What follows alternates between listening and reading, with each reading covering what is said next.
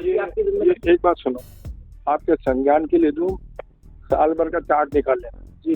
Chart निकाल के फिर बात करना, कितने बार प्रभारी मंत्री आता है और प्रभारी मंत्री को आप निर्देश नहीं दो। नमस्कार, मैं हूं आशुतोष और आप देख रहे हैं एमपी तक। तो आपने ये मंत्री जी की नाराजगी देखी होगी। मंत्री जी नाराज हो गए। एक मीडिया कर्मी ने एक तीखा सवाल पूछ लिया।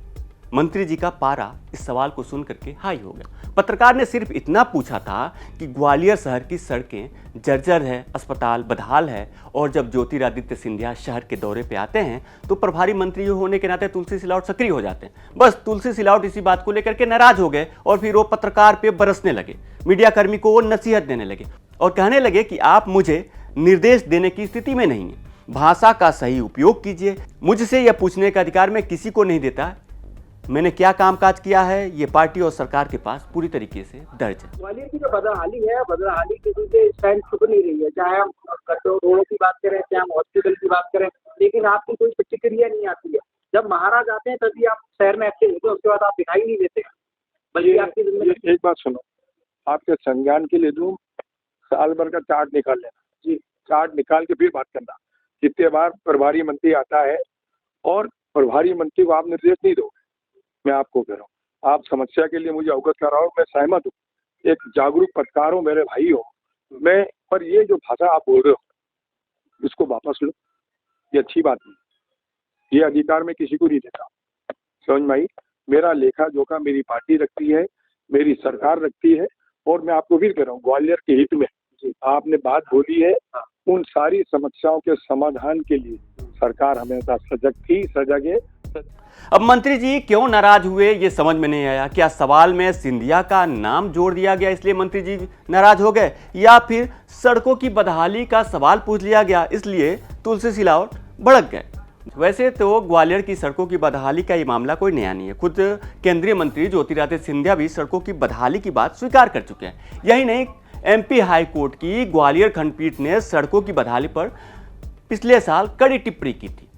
ग्वालियर की जर्जर और खस्ताहाल सड़कों को लेकर दायर जनहित याचिका पर हाईकोर्ट की युगल पीठ ने सुनवाई की थी और अदालत ने शहर की बदहाल सड़कों पर जबरदस्त तरीके से नाराजगी जताई थी।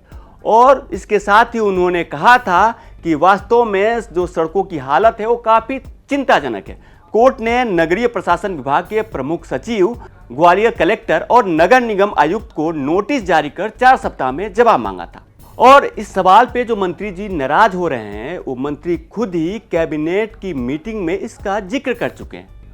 मंत्री जी को हम याद दिलाना चाहेंगे कि पिछले साल सितंबर का महीना था, उस समय कैबिनेट की मीटिंग के बाद ऊर्जा मंत्री प्रद्युम्न सिंह तोमर सीएम के साथ अनौपचारिक बैठक में थे और वहां पे प्रद्युम्न सिंह तोमर नाराज हो गए और आरोप लगाने लगे कि ग्वालियर शहर की हालत नरक जैसी हो गई है, हर तरफ अव्यवस्था का आलम है, नगर निगम के कमिश्नर ना सुन रहे हैं, ना ही कलेक्टर उनकी सुनवाई कर रहे हैं और सड़कों की हालत तक काफ़ी बदहाल है। इसको लेकर के मुख्यमंत्री जी ने जब इन्हीं मंत्री तुलसी सिलावट से इसको लेकर के पूछा तो उन्होंने भी प्रद्युम्न सिंह तोमर की हाँ में हाँ मिलाई थी।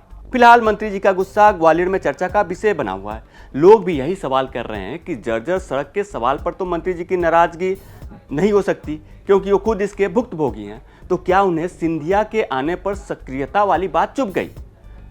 और शायद यही वजह थी कि मंत्री जी भड़क गए और पत्रकार को ही नसीहत देने लगे। अपना ग्वालियर आपको कैसा लगा कमेंट में हम जरूर बताएं और मध्य प्रदेश से जुड़ी तमाम बड़ी खबरें देखने के लिए देखते रहें। आपको ये भी बता दें कि यह खबर हमारे सहयोगी हेमंत शर्मा ने ग्वालियर से हमें भेजी है।